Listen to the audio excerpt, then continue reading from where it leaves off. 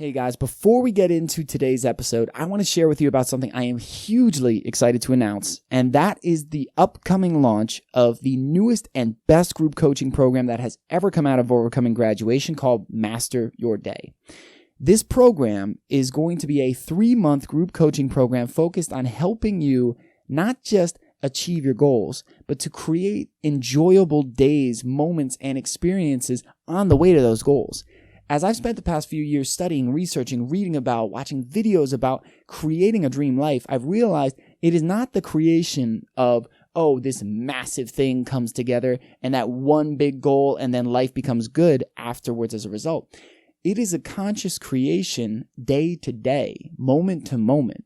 So some of the questions I started to ask were, how do we do that? How do we create a dream day? How do we create a dream life? And how do we start to build the habits and the routines in those days so that we can have consistency in saying, I know I'm working towards my goals, I'm connecting with the people that are important, I'm taking care of my body, and I am getting things done. This program is all about that. We're going to go deep into mindset, identities, values, and how our identity shapes the way we show up in the world. Then we'll dive into goal setting, the most effective goal setting tips, tactics, tools, and strategies I have ever found to help you get clear on what you want and what your empowering why is. There are so many things that people will say about, set the right goal, it'll take you here. But if you don't have an empowering why underlying that, why are you doing this? Something you can check in with when things get really hard. That will be one of your biggest downfalls. It's something I've experienced. It's something I've seen. And when I have that why behind it, it changes the game. So that why discovery session is going to be one of the first and most important parts of this program. We're then going to go into habits because now we've got our why, we've got our values, we've got our goals, we've mapped out how we want to be pursuing these things, but how do we actually get rid of the bad habits and maintain the good ones? And not only maintain them, how do we implement new good ones? And how do we enhance them over time? Because the next section talks about efficiency and effectiveness. So now we've got our habits and routines. Now we've got our values. We're clear on our why, but how do we get better and better at doing the things that lift us up, make us most productive, and help us share our gift with the world? And the best part is you won't be doing this alone. You'll have me as the coach and guide leading you through this process, but you will also be surrounded by a group of incredible individuals who are doing the same work, who are working on the same things, and want to share that journey with you. They're going to support you. You're going to support them. You'll be connected. And the whole way through, we're going to make sure that you're taking steps toward your goals. You're dreaming bigger. You're acting bigger than you ever have. And you are demonstrating to yourself that the person that you have always wanted to be has been waiting there inside for you to unveil.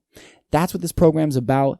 I want to help you, and I want to get on a call with you to tell you more details to see if this program is the right fit for you. So if this program sounds like it's interesting, if this sounds like something you need and want in your life right now, I want you to contact me at brian@overcominggraduation.com. That's BRIAN at overcominggraduation.com.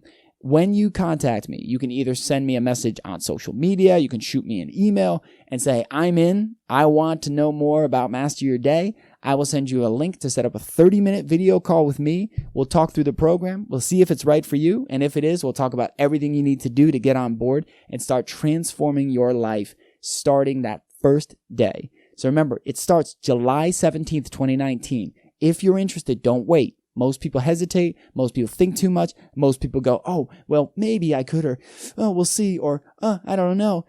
Don't hesitate. Don't flip-flop. Don't waffle. This is the moment in the day. If this sounds right for you and this resonates with you, send me the message and we will get that call scheduled straight away so we can see if this program is right for you.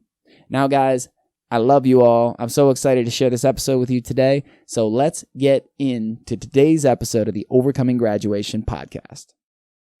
All right, everyone. Today, I have the privilege and the honor of introducing you all to Tommy Baker. He's the founder of Resist Average Academy, and he's going to be talking to us about white space, duality, and living in the middle. Have you ever felt like life was taking you for a ride, but it wasn't going the direction you wanted? Like you were on this path that you just knew was not right for you? Well, our guest Tommy Baker literally found himself on the wrong train one day, headed towards a life he knew would not fulfill him or allow him to bring his unique gifts to the world. He decided to get off that train and blaze his own trail to create the life of his dreams. And since then, He went on to become a personal trainer. He then opened his first gym, then opened multiple gyms, and ultimately sold that business to reinvent himself once again to do the work he's doing today with the Resist Average Academy. In this work, he helps people redefine what is possible and create a life they can't wait to wake up for. In today's interview, Tommy will discuss where he was headed when he got on the wrong train and how he realized it wasn't the right path. How to recalibrate and shift into action when you feel stuck. Why it is so important to fall in love with duality. Why he believes we should go deeper in a world that is trying to constantly and consistently go wider. How to know when it's time to move on. Why white space is as important as action. And this was a new one for me. I haven't heard any other guest say this one. Why you should never live in the middle, and so much more. This conversation with Tommy is one of my favorite interviews I've done to date, and we had a blast. We connected. We were both just feeding off each other's energy and enthusiasm, and I'm so excited to bring this episode to you. I literally recorded this a couple months ago, and I said I can't wait for the day that I get to launch it, and today is that day. So, guys, without any further ado, please allow me to introduce you to Tommy Baker. Tommy, how you doing today, man? Ryan, doing fantastic, and thank you for having me. I'm so excited about what you've created and for us to co-create here today. I'm really excited about it as well. When I initially got contacted by your assistant, I was like, well, let me check this guy out. Let me see what he's all about. And you never know. When you get a cold reach out, it's like, oh, are we going to be aligned? We're going to have similar stories, similar takes on this journey of development.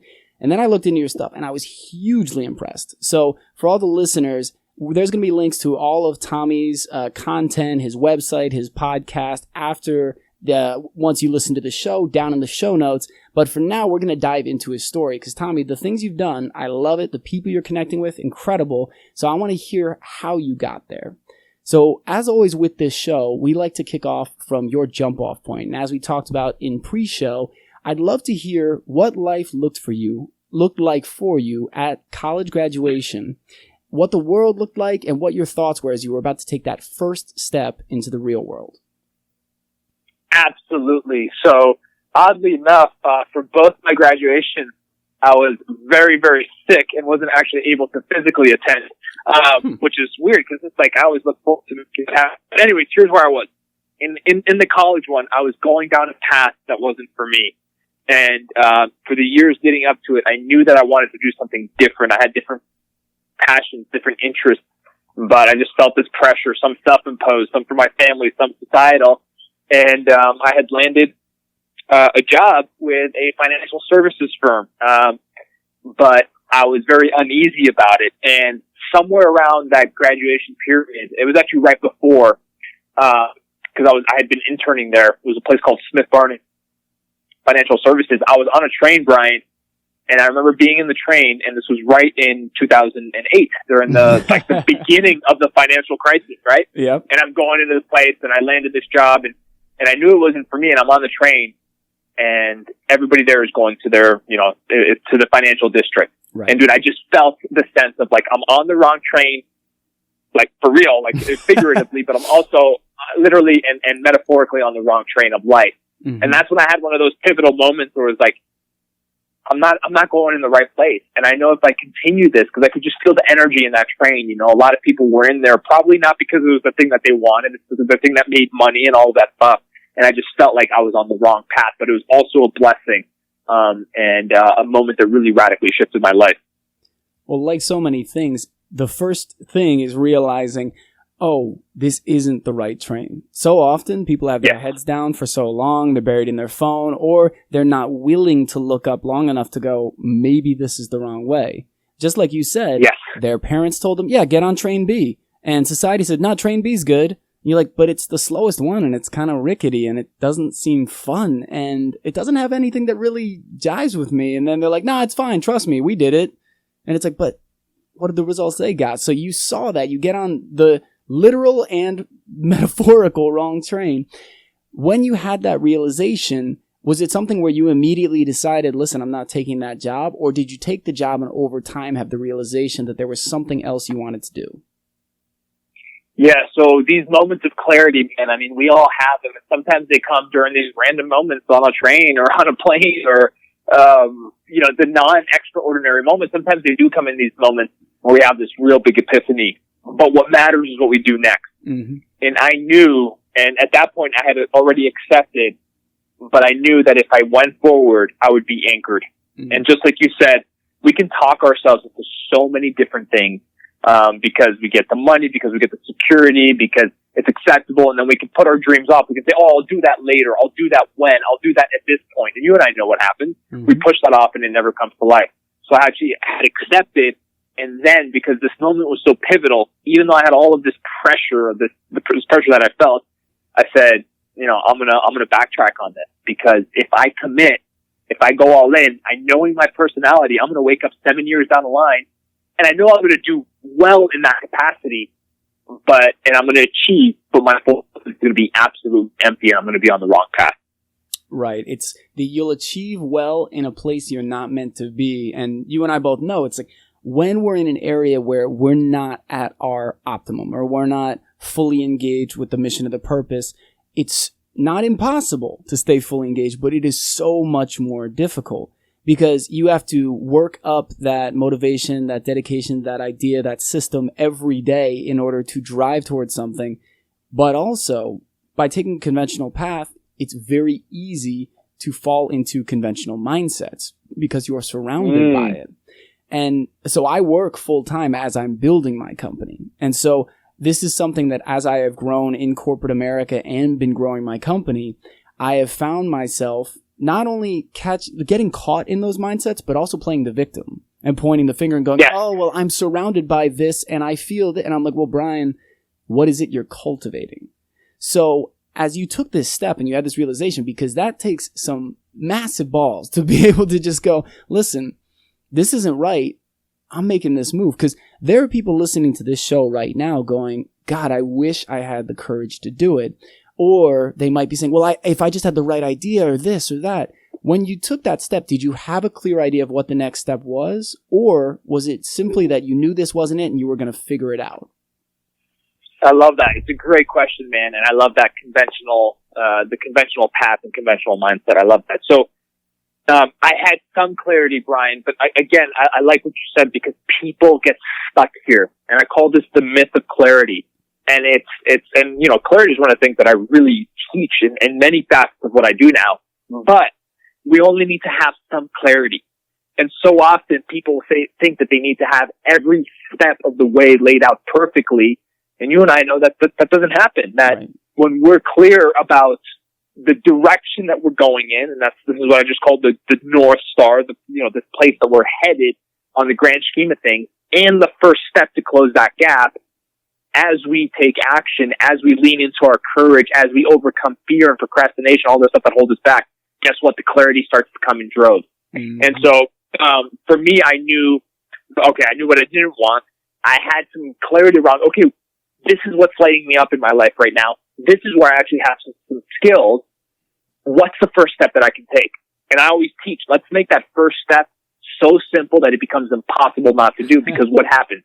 If I do that today, my belief is just a little bit stronger, just like a fraction stronger. My momentum is just a fraction stronger. And after 7 days, I got 7 days of simple action steps, and then that starts to build that momentum. And I wake up 90 days later, and it's like, oh my God, that thing was just an idea. And now it's like, now I have traction. Now it's something I can touch and feel and see. And that's where we have to put ourselves in a place of, okay, we have to cultivate some clarity, but then it's our responsibility to create that clarity every single day. Dude, I love it. I love it, because and this is something that I think as people hear people like you and I talking, and they go, oh, well, it's obvious that Tommy has this locked in. It's that, Brian and Tommy both get this and they do this every single day. And you and I both know there's all kinds of ups and downs in this journey. There's days where we feel totally lost and scared. There's days where we feel totally uncertain. But I love what you said, making an action so small, it's impossible not to do. It's that chunking down of larger activities. People go, I want to write a book. That's so overwhelming. How am I going to publish it? How am I going to write it? How am I going to edit? And it's like, write one sentence. And then all of a sudden, it's like, well, I can do that. There's literally no barriers. And exactly like you said, as we cultivate that ability, it's like a muscle. It's a resilience and also an action-taking muscle that when we are using it frequently, the actions that 6 months ago felt just monumental now become normal. And people are looking at what you're doing on a day-to-day basis like, Tommy, how the hell did you get all this done? And to you, this is the new normal. So for anyone who's feeling stuck in terms of creating that clarity, do you have any recommendations or tricks that you use when you catch yourself getting overwhelmed into inaction? What are some of the things you do personally when you're like, oh man, I don't know if I can, and then you catch it? What's that step you take? Absolutely. And so one of my favorite things is, just on this concept of having clarity around where we're headed. If you listen to this type of material, we know you probably set some type of vision or some type of goal once a year. If you're even deeper in it, maybe you do it once a quarter, so 4 times a year. But if you really want to take things to the next level, you don't just do it weekly. You actually do it every single day. Mm-hmm. And much like you said, like the more reps that we put into this, the more it starts to expand, the more that we start to notice patterns. But most importantly, starting our day with the awareness of like having this compass. That's why I call it the North Star, because it's this guiding light that makes all of the decisions that we make today much more powerful now that we have that compass. And so for me, a simple exercise is 5 minutes a day, or when I'm in a place of like I'm scattered, I'm procrastinating, I feel stuck, like things, this path of growth, just like you said, people will say, Tommy, like, this is a lot of pressure. Like, this is a lot of work. And I say, yeah, but so is creating a life that you can't wait to escape from. That's a lot of work. So it's like, we're going to be stressed out and we're going to be doing a lot of work either way. Why don't we do it towards something that we actually care, that it brings purpose and meaning and the ability for us to experience freedom and the things that we want to create. And so for me, it's 5 minutes a day, or when I'm in a state where I'm coming down and something's not working, I just 5 minutes a day, 5-minute meditation, and I just reaffirm, okay, where am I headed? Why is that important to me? What do I feel in that experience? What does my day look like? What am I surrounded by? What is the level of impact that I'm creating? What do my relationships look like? And 5 minutes a day, and that changes the game for me. And so doing this vision, at least once a day will really build those reps. And it's something that after like 6 months of doing it, just like you said, you actually start to like embody it. Like it's bizarre, man, because I've had so many people do it. Like you walk a little bit differently. Your belief in yourself is a little bit differently. You make decisions based on who you're becoming, not who you've been. And it really becomes a powerful practice. So that would be something super simple. The second step, if you're taking these small actions, they can seem very inconsequential. So something that I teach people is that every single day you're going to write 3 to 7 wins towards that vision every single day. So you may be thinking, Tommy, Brian, I'm not even doing the thing that I want to be doing. That's fine. What are some of the small things that you did today that can help that come to life? That maybe gave you a skill that you didn't have. Maybe you held space in a conversation. Maybe you made a courageous phone call or a sales call or whatever it is. Celebrate those. And when we put our focus on the things that are working instead of how far we have to go, that's when we start to close the gap. Mm. For all the listeners, I really want you to maybe even rewind what Tommy just said there, because it's a combination of visualization, documentation, and celebration. Those 3 things, it's honestly, man, for me has been one of the hardest things to learn, because at first I started with just action. It was basically, all right, let me write down my bullet points on my sticky note and just cross them off.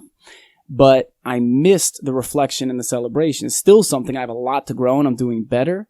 But that celebration is what makes the habit enjoyable. It's something I'm reading Atomic Habits by James Clear right now. And he says, in order for a habit to sustain for the long term, it needs to be enjoyable. And so, like you said, even if you haven't started a podcast yet and you're recording a ton of episodes, it's like, well, what did you do that created more time that now can be available for that? How did you take care of what you needed to? Oh, you got your taxes filed? Great. You don't have to worry about that anymore. That time's open. How are you going to use it towards this goal? And one of my favorite quotes about clarity, and I love because it lines up exactly what you were saying, is that clarity isn't a requirement for taking action, but a result of taking action. And like so many of the things in, you can call it the personal development world, whatever you want to call it, it's like, people can go, it sounds like a cliche. And it's like, but just because it may sound like a cliche or be a cliche to you does not mean it doesn't hold massive power. Because any of those times where I felt stuck, where I felt lost, where I felt scared, it wasn't thinking my way out of it. It was action. Even if that action was, like you said, stop, breathe, meditate, concentrate, set goals, be clear. It's like, I think a lot of times we overanalyze what action needs to be into this, like, I need to build a truck. It's like, no, it's like, just do one little thing. So to get back to your story, so you're on that train, you have this realization, you decide to do something different. What was that first step into your entrepreneurial journey? What did it look like? Yeah, so that first step was recognizing what was my deep interest at the time. What was my deep underlying? What was the thing that I would naturally draw myself towards? Nobody had to wake me up for. I didn't have to be motivated for. And what did I have some skill set in? And so that was physical training, physical transformation. I had really gone deep into that area and recognized that. And I said, okay, this is the thing that lights me up. And again, for me to tell my family at the time that I'm not going to take a job that was offered in a market that was one of the hardest recession type markets to even get an offer. A lot of people were getting their offers retracted. Mm-hmm. So for me to say, no, I got something offered, but I'm actually going to not commit to it. And I'm going to go in on this thing that doesn't exist right now. And they were like, wait, so you're telling us that you just went to school and you got a offer from a great place and you're going to become a personal trainer? Like it didn't calculate in their mind at all. And there was a lot of resistance from like a lot of that. I really felt that pressure, but I said, you know what? This lights me up. I've developed a skill set in it. I've learned the methods of it, and I have a vision right now that I'm going to build my own facility. And I didn't know how. I didn't know the blueprint. I didn't know any of that. I just took the first step. I remember I went to Barnes & Noble that day, and I just got started on the process. Mm-hmm. And within 9 months, I'm walking in, and there's a facility, and I sign a lease on the facility, and that comes to life. And that was my first iteration, my first really deep dive into entrepreneurship, in which I learned another lesson. Just because you have passion and some skill doesn't mean that people are going to come. You got to learn how to communicate to those people. Yeah. So that was like the next step, but that's what I did. I did all of the things that I could, simple action steps, until it became, you know what? Now this is the real courageous step. Are you willing to put your name on the lease? I lived in a part of the country in the Northeast that was, not cheap, and I had to put my name on a lease on something that, was really my dreams at the time. And signing that piece of paper really, it took me away from the dreaming and the talking and the contemplating and all of that stuff. So okay, now it's real. And when you do that, you're excited, you're passionate, and you're also literally buckling with fear and what's going to happen and how am I going to do this? How am I going to pay the rent next month? Right. And within that place, and I talk about this in the new book, we got to learn to love duality. Lisa Nichols talks about this. Are we willing to live in a state of purpose and excitement and passion and doing what we love, and at the same time be like, I don't know how I'm going to figure this out, self-doubt and uncertainty. And within that place is where the magic happens. Mm-hmm. Yeah, so often people think that they're doing it wrong because they're not passionate 100% of the time, all day, every day. And it's like, dude, it's not going to be like that. In fact, even just in that same book, Atomic Habits, it talked about how we need to fall in love with boredom. And I was like, what the hell does that mean? And it's like, but you and I can attest to this. It's not the gigantic, massive thing that you do once a year that generally shifts the course of your life. It's the small repeat actions done day to day. Just like you said, all right, now I've got a gym, but how am I going to get people here? Your marketing efforts are not just going to happen by themselves. They're going to be consistent and measured and scientific, and some are going to be fun and playful, but you're going to need to measure and then invest. It's a constantly evolving game. And I love that from Lisa, that piece of living in the duality, because I think as human beings, we can get so caught up in either trying to be motivated all the time or trying to be happy all the time or trying to have passion all the time that we lose sight that we're human. There's going to be ups and downs. There's going to be nights of good sleep and bad sleep. There's going to be actual challenges that come in our regular life that have nothing to do with our entrepreneurship or our goals that are going to derail us at times. So like you said, it's not about avoiding this duality. It's about getting comfortable there and learning how to operate there at the highest level for yourself and continue to grow. So you have this gym. And the other thing, one key piece, when you said, but I actually signed the lease. So often, I think we're so afraid to even take that first step that the idea of signing the lease, of publishing the book, of putting it out there. Because essentially what you were doing is you're taking your greatness. You're like, here it is. I have captured it. This is the thing I want to do at this point in my life, and I want to share it with people. But now I'm really actually going to put it out there. It's like now I'm going to hit publish on the book or the video or the website. Now it's going to become real. Now we have all those fears. You had all those people telling you, are you crazy? Like, you're leaving this great job. You have all this doubt. And now it's going to get real. But also by doing that, you're challenging any limiting identities that you had assumed or chosen or accepted in the past by saying, I believe in myself enough to take this shot. And I'm going to learn and I'm going to keep going. So you sign the lease on that gym. You say, it's game time. Can you tell us about how that went? So you achieved this dream in 9 months, which is awesome. It's a super short time frame for something like that to come around that quickly. You sign the lease. I'd love to hear not only what was the best part of that first endeavor, but also what was the most unexpected thing that kind of knocked you through a loop. Yeah, absolutely. And so, for me, it was, and I love what you said there, because we do live in a land of talkers and a lot of ambition and a lot of visions, and that's great. We all need to open up ourselves to possibility. To me, the moment that for me, personally was signing that, for you, all of the stuff that you've done, for anybody listening, I love that quote, the man in the arena, because it's the moment that we start to get off the sidelines and we actually get into the game. And our perspective when we're in the game is completely different, right? It looks a lot different from section 426 when we're having a nice cold beer and some nachos and we see that pass at the wide receiver drop and we can easily say, oh, I would have caught that. But when you're on the field, it's different. You see that there was a linebacker about to chop your head off at 265 running straight towards you, right? So it's like this different perspective. And so there was a clear before and after for me, like you said, from like, I'm going to do this thing to know like I'm actually doing this thing, like a deep identity shift, which is really powerful. And then, that first endeavor, I mean, dude, I was making mistakes. I was making a lot, like mistakes every single day. Mm-hmm. I was being challenged every single day. I didn't know when the next client was going to come from. When I launched, it was 14 people had committed to me. 3 came on that first day. Yep. So that was a big shock to me because I was like, oh, like these people said they were going to, and I realized, you know what? They might love what I'm doing, but they're not willing to convenience themselves to go to like a completely different place. They have a routine and now only have 3 people. So at that moment, I had to make a decision. Am I going to focus on how 11 people basically told me that they were in, and that's revenue that I had counted on, and feel sorry for myself? Or am I going to serve the 3 people in front of me with every fiber of my being? Mm. And ultimately, and especially in a service-based business, I mean, that is what matters. And I just chose to pour myself into it. And 3 became 4, and 4 became 5, and 5 became 6, et cetera, et cetera. So early on during that process, I was making mistakes every single day.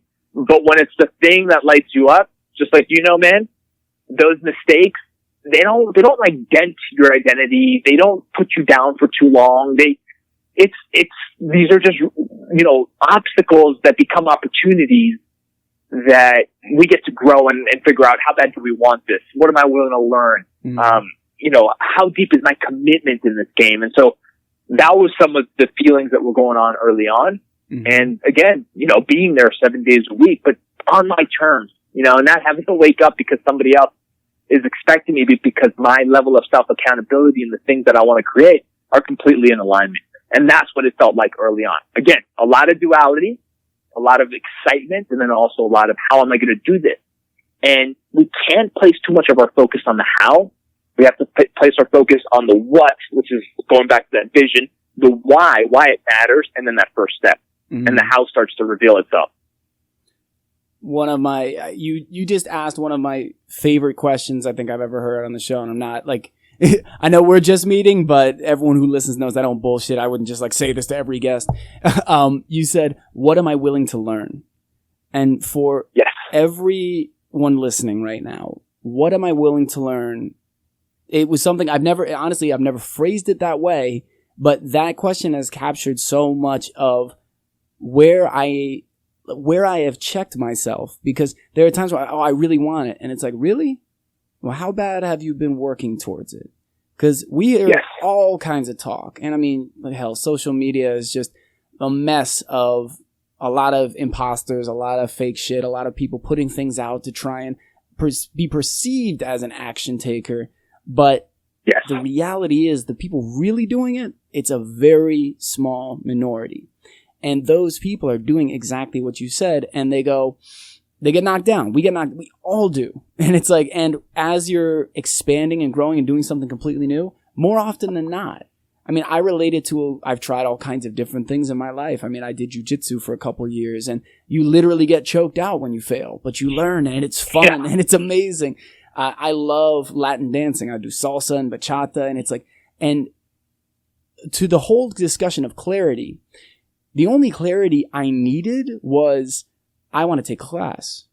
And then I started to go, well, why? And, what's this going to mean? I would think about your time and all this, I had all this bullshit, which was really just my fear talking in the way, going, oh, well, no, you need more time. And what if you mess up and look stupid? Is my ego jumping up? But all I needed to know was, I want to take salsa. And it turned out to become one of the best things in my life. I ended up, after just a couple of years, starting to teach Cuban salsa lessons. And it was something that, like, I had this passion for it, and I started to share it with people. And that wasn't even something I did as part of my business. It was just something that I loved so much that I made time for it. And exactly like you said, you were making times for the things that mattered. And then you asked yourself, what am I willing to learn? Where do I need to grow right now? And then you would take the steps to learn and act. And what I love that you didn't wait for it to be perfect. You didn't say, I need every piece of information, or I need to read every book. You went out, you bought a book, you read it, and you acted. So for everyone listening who's hesitating due to a lack of information or clarity, the only clarity you need is to get started. The only clarity you need is that you want to get started. You don't need to drop everything and leave everything. It's just start. You want to start writing that book? Do it. You want to look into a business? Start researching. Because with that comes the excitement and the energy, but it takes the motion to create that. So you have this gym. You're growing. You're developing. You're helping people. You're serving people.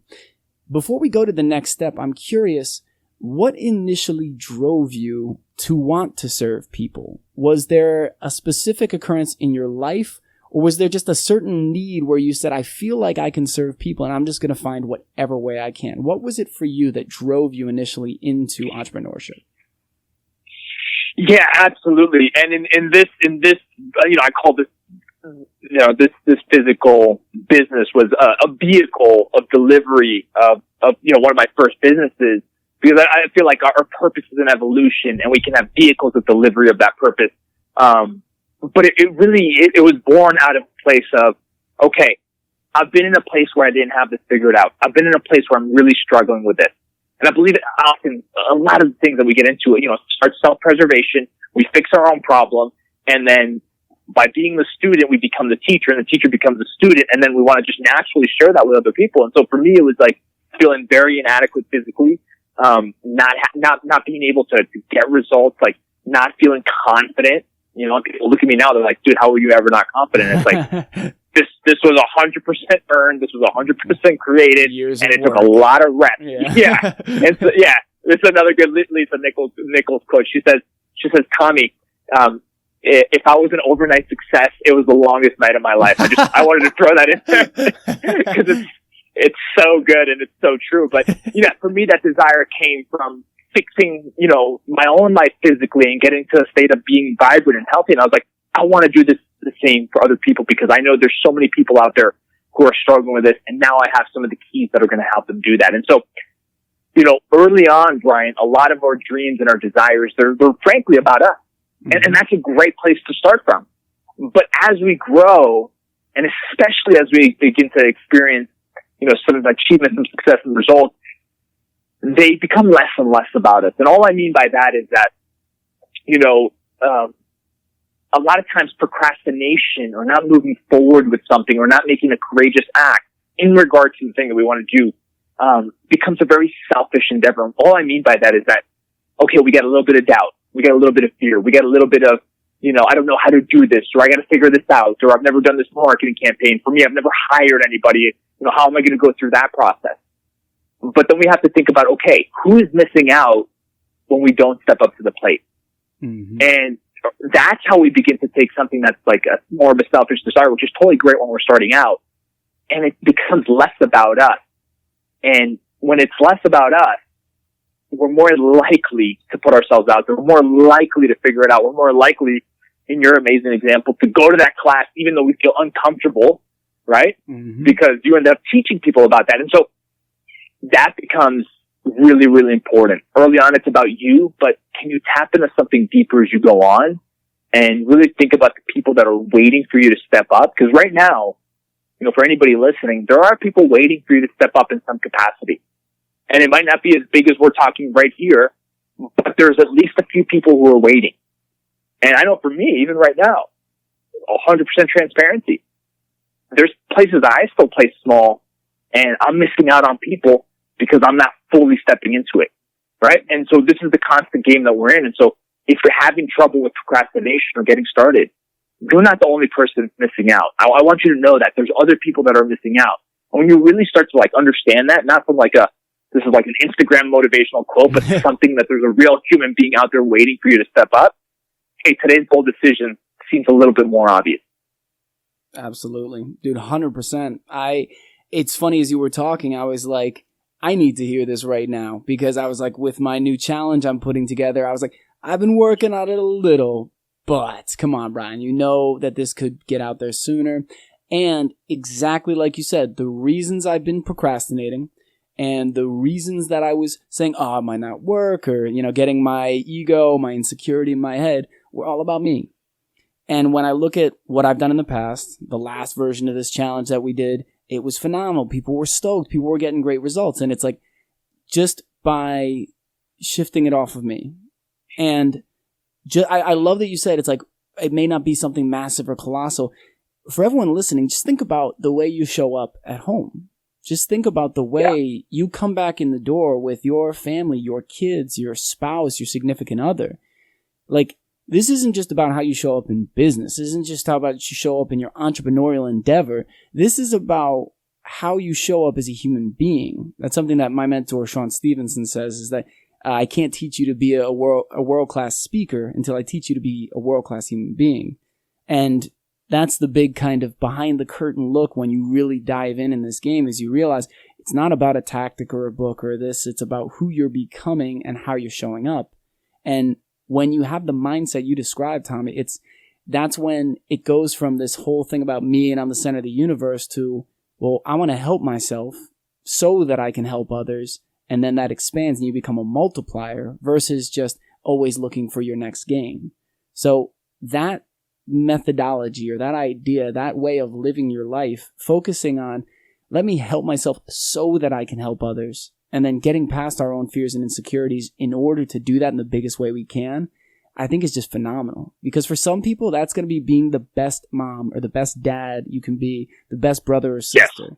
And it's not to downplay that, because our lives are a series of relationships and connections. They're not, our job titles and all this other shit that we put in front of ourselves.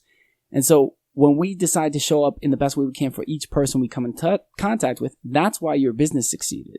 It wasn't that you figured everything out and hired all the best consultants and this and that. No, you cared about those people and they felt how much you cared about them, and you listened to them and you listened to what their goals were and you helped them achieve their goals.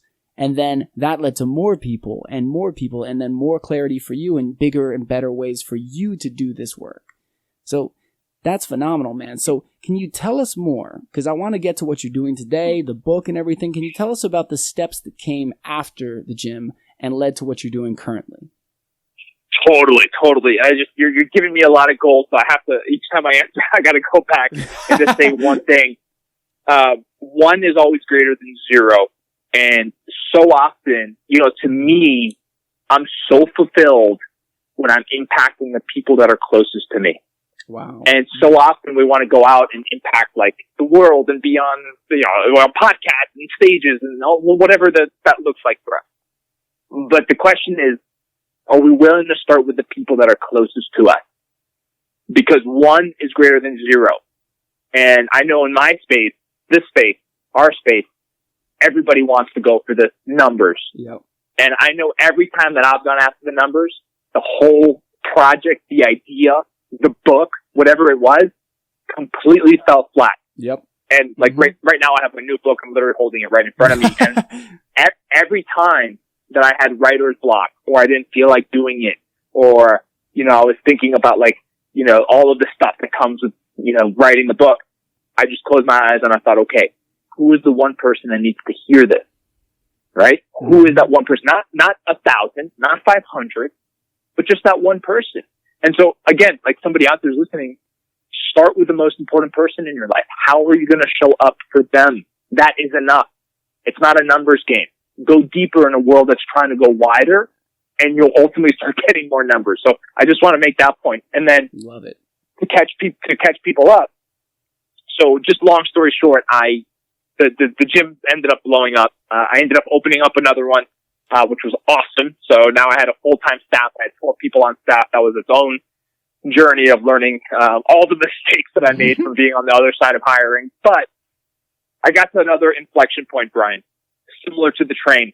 This time it was actually a New Year's Eve night in New York City, where I said, you know what?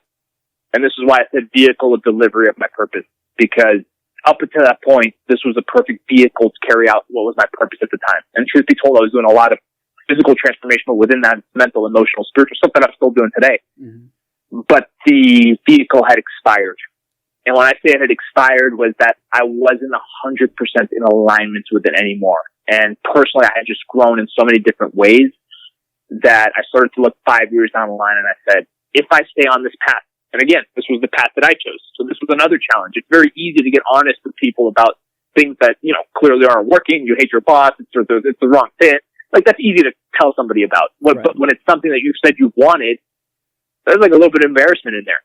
And like a real radical honesty, like with myself first, like, you know, am I willing to get honest with myself about this? And am I willing to tell others about it too? But I got to this point, this inflection point where I said, you know what? In 5 years down the line, I don't want to be in the same place. And I don't want to be doing the same thing that I'm doing. Even though like I'm 80% fulfilled, that last 20%, that's a big 20%. Yeah. And so that's when I had to make a completely new decision and a new pivot. And I said, you know what? I'm going to transition. I'm going to pivot out of this. I'm going to pivot out of physical training. At that point, I started really coaching. At that time, it was gym owners, other entrepreneurs on growing their fitness businesses, which led me into entrepreneurship coaching and neuroscience and human behavior and a lot of the stuff that I'm doing today. And it took me all the way to where I am now. But that transition was hard. It was painful. I had to get really honest. And ultimately, I had to let go of something that I had created. And that was really, really difficult because it was, you know, my baby in a sense. But again, you know, we get these messages, we get these hits of clarity, and I just couldn't live with myself knowing that I had talked myself out of this because, you know, the stuff that I'm doing now, that wouldn't exist if I had continued down that same path. It takes a ton of courage to do what you did, because something that I heard recently, I was re-listening to The Subtle Art of Not Giving a Fuck by Mark Manson, and something he talked about is the more that we pursue certainty, the more unhappy we become. And that was something I really needed to hear there. And he said the more we pursue doubt, the more interesting, exciting, and engaging our life becomes. And we kick our ego out of the game because we're not like, I know what's going to happen every time. We go, I don't know what's going to happen, but I'm going to learn, I'm going to iterate, I'm going to try again. And so for everyone listening, really look at that. Tommy was killing it, right? He's got his business growing, it's expanding, he knows what to do, he's sharing it with people, everything's going to the plan that he made back in the day. But I love what you say about the vehicle. Because so often people get stuck and they go, well, I said I was going to do this, and there's that guilt and shame, exactly like you said. But when we have the willingness to be honest with ourselves and shift and recognize that shift is going to bring some new chaos, but it's chaos through to a transformation. It's not just chaos for the sake of chaos. It's like, all right, I'm creating this upheaval because I want to break down what I already know so that I can rebuild or build something even bigger and better that serves in a more incredible way. So for everyone listening, really let that sink in, because if it doesn't feel like it's working, it doesn't mean you need to stop. It just means stop doing everything. It just means you need to reevaluate if what you're doing right now is the best way for you to bring that gift, purpose, message, product to the world. So you did that, Tommy, and now can you tell the listeners the name of your current business, and then I want to hear about this book and what you've captured in this recent book. Love it, man. Yeah, so true. And so, you know, my current business is called Resist Average Academy, and that's just a platform, much like this, a podcast platform, and also coaching experiences, live events, a mastermind, and then some books that come with that are, you know, really designed to help people navigate a lot of the principles that we're talking about. We're primarily with entrepreneurs, but to really get to a place of like, okay, can we create this crystal clear clarity, and then what's going to happen after, and how can we collapse the time that it's going to take to get there? Because so often I've seen people set a 1-year goal to do something. Let's say 1-year goal to write a book, this is just natural. It's going to take a year to do that. If we say it's going to take a year, or we might even lose the enthusiasm. And so for me, it's like, how can we create, in a world of distraction, how can we create high levels of clarity, high levels of belief, high levels of action, and also high levels of urgency and focus to compress the time frames and make sure that we're creating, you know, I like to think like in a quarter, we can create 1 year's worth of results if we do it the right way. So that's kind of my ethos. That's what I'm about. And, I'm about to launch my third book. It's exciting because it's so tomorrow. This is like the launch day eve that I'm talking with you. Congratulations. And yeah, and the book is about a lot of what I've talked about. It's about making bold decisions into the unknown. It's about reframing fear. Instead of running away from it, why don't you just lean into it? It's about getting radically honest. And most importantly, it's about getting rid of this waiting mentality. And Brian, this waiting mentality is something that during the last 7 years, I've really just recognized these patterns. Obviously, I noticed it in myself first and then in everybody else. And they're, okay, Brian and Tommy, I'm going to wait until I finish my certifications to do that. I'm going to wait until I have more money to step into that. I'm going to wait until I get another degree, or it's the right time, or the president changes office, or whatever excuse. And what happens when we wait is that we lose the enthusiasm of the original clarity and the breakthrough that we had. And that's what my latest book is about. It's called The Leap of Your Life. And it's about, hey, if you have that clarity right now, the best way to honor it is to step into something today. And again, I know the leap of your life sounds like this colossal thing. It's all relative. For somebody, that leap might be having that one conversation that needs to be had. It might be, taking on a physical challenge. It might be clicking record on the podcast. And that's really what I'm about. Giving people permission to do it now, to stop waiting, and really to get off the sidelines. Fantastic, man. I love that you said that it's sometimes just the conversation that needs to be had, because for me, I've had several really huge things happen in my life and in my business recently, but one of the biggest things was a conversation with my dad. And that was something that over years of growing and working to be more honest with myself and the people around me and learning and actually putting these things into practice, it took that time for me to be able to face up to a conversation I had avoided for basically my entire life. And for everyone listening, when you think about the leap of your life, for you, putting down a beer might not be a big deal. For you, having that conversation might not be a big deal, but there is something in your life that there's that small action that would be monumental, because it would be a vote for your future greatness, a vote for yourself, for the identity that you want to have, not the one you've been choosing.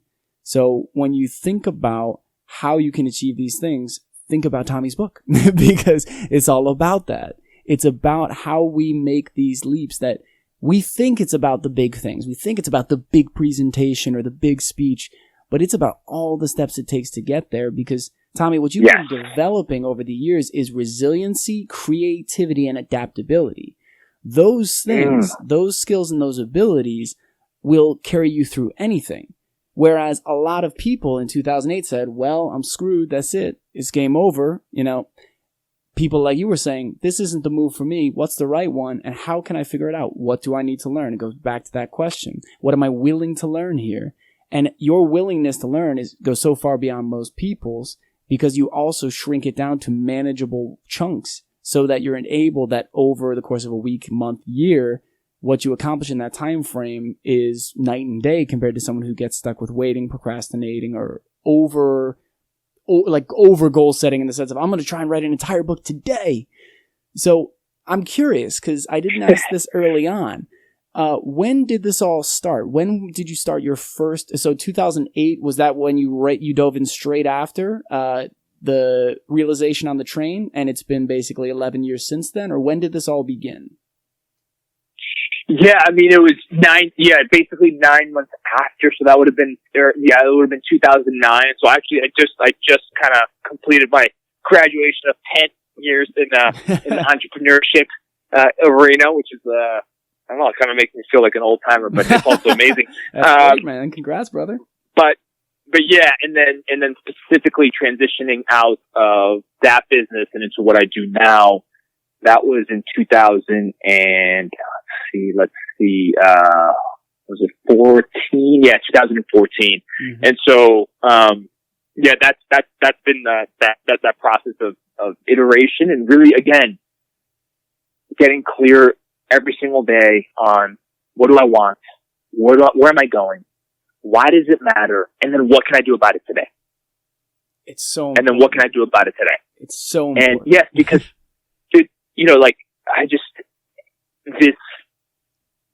to me, it's I have these conversations with people and strangers and people in my groups and people like you, and the consistent pattern is like, I'm going to do that when I'm going to do it, 6 months from now when I have more time. I'm going to do it, and it just doesn't happen. One of the key themes of the book, one of the driving forces, was the pain of regret. And I went really deep from a case study perspective to talk to real world people who, are 40, 50, and 60, and they have a lot of regret, man. Mm-hmm. And they didn't do it, and they missed their shot, and they were willing to be open about it. I talked to researchers around the topic of regret. Why? Because I feel if we can get in a state of, and I'll just share a practical tool in the book, which I kind of alluded to. It's called reverse visualization. If there's something in your life today that has to change, that has to change, that you have clarity on something you want to do, a desire, a dream, something you want to launch, a conversation that you have to have like you did, take yourself 5 years down the line. We're in the same place. It's April, 2024. You wake up, you haven't done it. What does that feel like? How does that impact you on a daily basis? How does that impact you the way you show up in your relationships? What is the opportunity cost of those 5 years of not doing it? And when we can amplify future regret and a future feeling that we don't want to have, again, we come down to today, and today's courageous decision, yes, it's still going to be hard, but we're much more likely to step into it because we know that not doing it today, it doesn't come for free. There's a cost on the other side of that. And to me, the worst cost that we can pay is looking back and saying, what could have been? For me on the train, what could have been? If I didn't do that, I'm not going to forget about that. In my heart of hearts, I'm going to know I had the opportunity. Or when I pivoted out of my business, what could have been? I certainly wouldn't be right here talking to you with my third book about to launch tomorrow, and doing the stuff that I love on a daily basis. For somebody listening, if you're finding yourself not in a place of execution and urgency, take yourself 5 years down the line and be really intentional about it. And when you do that, today's decision, it actually becomes a no-brainer. Absolutely. I love the idea, the terms reverse visualization, you said? Yes. Reverse visualization. Okay. See, I've never heard it with that name, because what the closest association I've heard is Jordan Peterson talking about life mapping, where he says that exactly that. He's like, go 5-10 years down the road, right? If all of your good habits took over, if you worked on things, you grew, you evolved, you challenged yourself, what would your life look like? What would the ideal state look like? And he says, but go the other direction as well. If all your bad habits took over, if everything that you didn't like about yourself, if you let the negative voices continue to talk, if you never challenged your limiting beliefs, he goes, go through and write out what that reality would look like. And so I did that activity, and I remember I did the first part, and then I was like, I don't know if I want to go too deep into the second part, because all of a sudden, the power of visualization, I know that in our space, it can be, I think there are times where people get too hung up on it, where they're like, yeah, just, the ideas of manifestation and things. I think there is some truth to that. Yes. Even that we've been talking a lot about Lisa Nichols. She was featured in The Secret. It talks all about the idea of manifestation, believe it will be. Lisa busted her ass. Like, Lisa works so hard to get where she is. Dude, she's a beast. She's a monster. Like, she killed it. And it's like, so that's the thing. I'm like, yes, visualization is critical and key.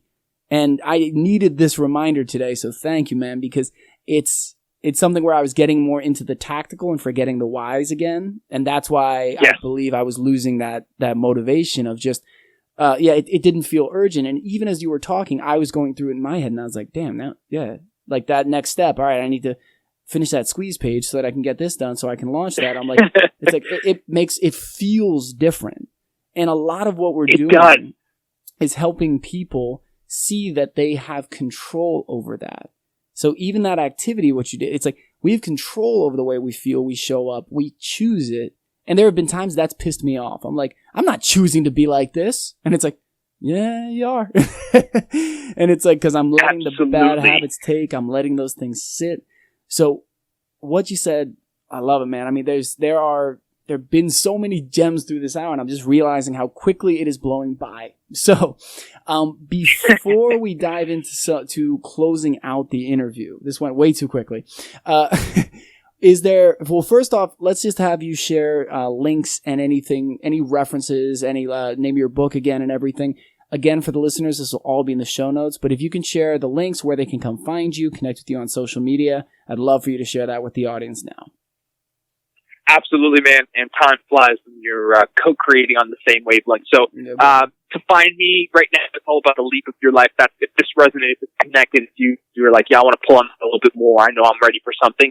The leap of your life, how to redefine risk, quit waiting for someday, and live boldly. You can find that at basically all major retailers by the time this is out, and at leapofyourlife.com. And if you want to connect, I'm very active on Instagram, and you hit me up. I usually respond with video or audio. Like, I'm very engaged with the people that engage with me because I want to see you taking action. So I always challenge, like, I call this 24-hour principle. You learned something on here today with me and Brian, something he said, something I said, something that came during your kind of like thinking about it or journaling or something. Like, pull out your Instagram, do a story, do a video. What are you going to do about it in 24 hours or less? I want to hear it. And you can Tommy_resist average. So leapofyourlife.com. And then Instagram, Tommy_resist average. Fantastic. Now, something that you just mentioned, it brought up a question, and this isn't one I normally ask at the end, but this is just what I'm curious, because this is something that I'm working a lot on, is you said, well, like, we've talked a ton about action and the importance of action, and how action isn't always just productive, get shit done, file your taxes, build this new website. It's not always about that. So, how do you use the principles of taking action to live your life fully now as you're growing and as you're building and as you're evolving? Because I know for myself, I've gotten so wrapped up in action that I stopped living my life. I stopped going out and doing things. I stopped going on dates, or even times going out dancing, doing the things that filled up my heart. And it was a big realization I had. I just moved out to California just over a year ago. And there was a day I went to the beach just a couple weeks ago. And I went with a friend, and I was like, this is one of the best days of my life. And I realized in the past year, I had only gone to the beach 4 times. One of the main reasons I moved here, I live a mile from the beach. I hadn't done that. Dude. Right? Yeah, I know. It was crazy. And now in the past month and a half, I've been more time, like a ton and all over. So I'm making that shift. But for you, what do you do to make sure that you're taking action towards creating, expanding, sharing, serving, but also living right now? Dude, it's such a great question. And here's the way I like to think about it. The path of growth can be a lot of fun. I mean, it's supposed to be fun. I mean, that's the reason why we're doing what we're doing, right? Mm-hmm. So the way that I like to operate is on both sides of the spectrum. On one side of the spectrum is intense, ruthless, laser focus with structure, routine, discipline, habits, performance, all the stuff that we're talking to create achievement and create results and create momentum and all that stuff. That's one side of the spectrum. Then I like to operate on the complete other side. Large open swaths of time that are white space. That there's something on the calendar, and that thing on the calendar is called white space. There's time for me to be in nature. There's time to be in float tanks. There's time to be on date nights. There's time to be, walking into Guitar Center and playing guitar for an hour aimlessly. Mm-hmm. And so most people, though, they operate in the middle. They don't have the focus of the structure and the discipline. So then they can't get the openness of the white space because something is always missing. So they're kind of in this messy middle where things are scattered. They're not focused or they're not achieving. And they don't have the benefit of white space and reflection and downtime and really enjoying the parts of life. And that's what I like to teach and operate. Live in those two worlds. People will look at me and be like, dude, you're one of the most disciplined, one of the most consistent, one of the most focused people on the planet. And I say, yeah, I have to work really hard on that. But if you look at my afternoons, I have a block usually from 3:30 to 5:30, and it says white space. It's this big yellow block, and it's for eternity on the calendar. And guess what? Nobody can schedule stuff in there. There's no coaching. There's usually no podcast unless I'm on a book tour. There's none of that. Why? Because that's my time to regenerate. So we have to have time. I mean, that's what we're here for, right? And we got to put those on the calendar. And Brian, those become as important as the action. I know it sounds crazy, but that's when we actually integrate the action. That's when we're having this amazing conversation that would have never happened if we weren't present at a coffee shop. That's when we, go on the beach and have this beautiful, spiritual moment when the sunset is coming up instead of being in the office. And that's the way that I like to operate. Both ends of the spectrum, but don't live in the middle. I love it. Absolutely love it. And I have not heard it framed that way either.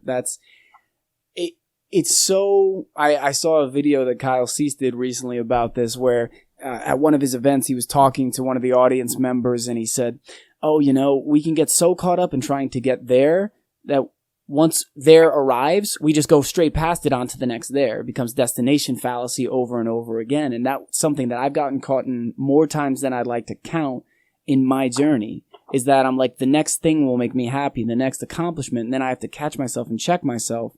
And now I'm doing it the best I ever have because, like you said, going to Guitar Center and just messing around on a guitar, I had been wanting to go. This will sound so ridiculous. I had been wanting to go to Best Buy for months. And I was like, I don't have time. I got to keep my routine. I need to meal prep. I need to do these things. And one day, and it was a result of starting to go on some dates with this girl. It was the same girl I went to that beach trip with, who is excellent at living in the moment and being present, that helped me. I was like, I'm just going to go. I spent 3 hours there. I had a blast. I was just messing around with the technology. I was like, this is like Toys R Us for adults. Had this wonderful time. And exactly like you said, when I got back to work or when I was back focused on getting things done, I was more engaged. I was more locked in. My creativity had been triggered because I wasn't just locked into one side of my brain or one portion of my brain. I was engaging it more fully. That's why dance, although may have nothing to do with my corporate job or my business, is one of the best things for it because it engages me, helps me enjoy life now, and brings me back to the moment to remind me, like you've talked about so much, it's if we're enjoying the moments as we're creating and we're working towards it, phenomenal.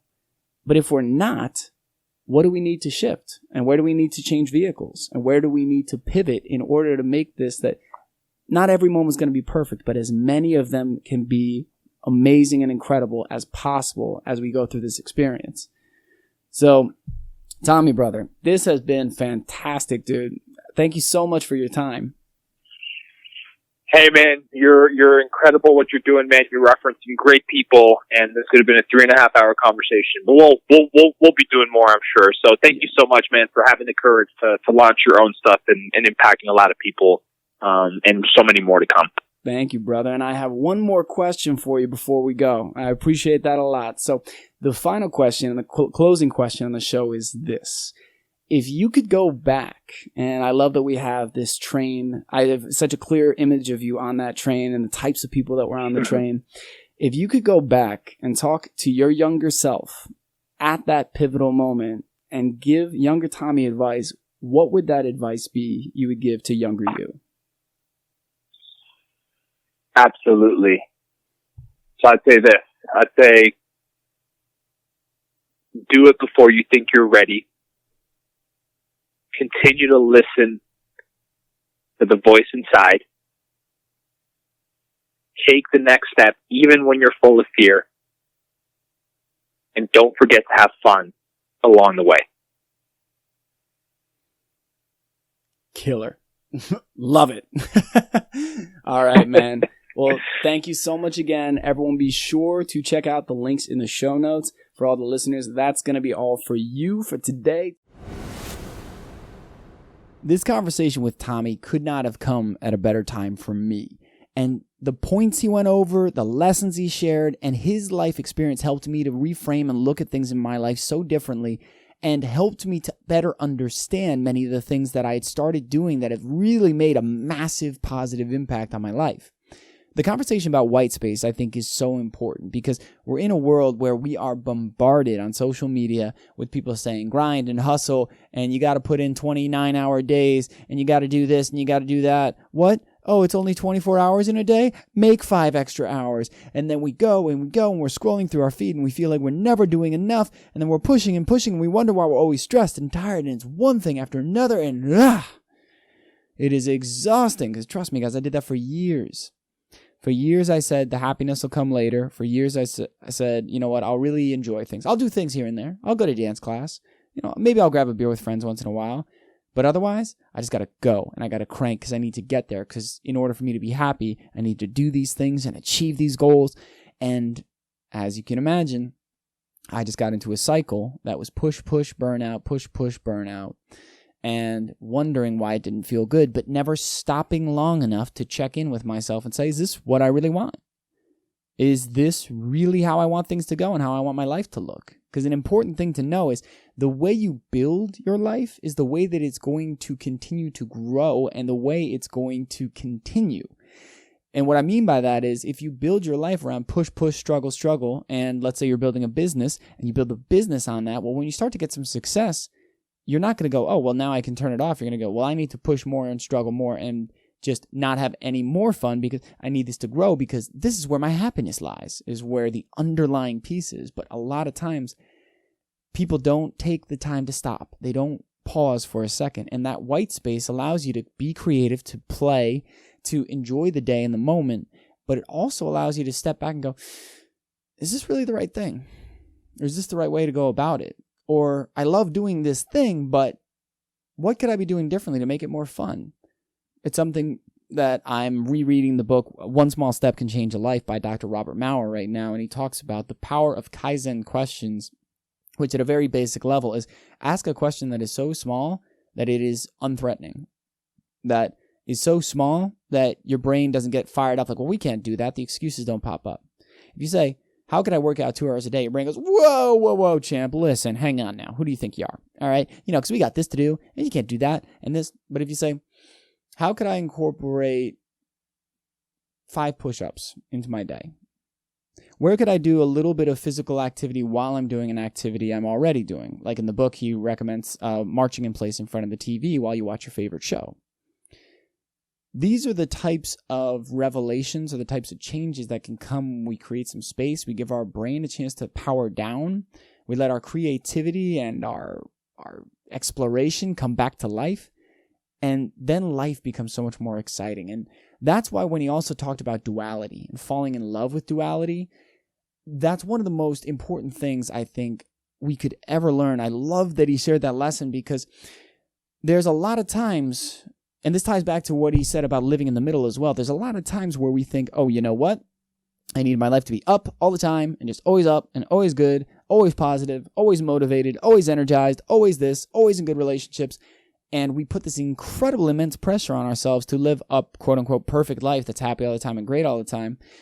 And then when anything diverts from that plan, we go, well, I'm doing it wrong.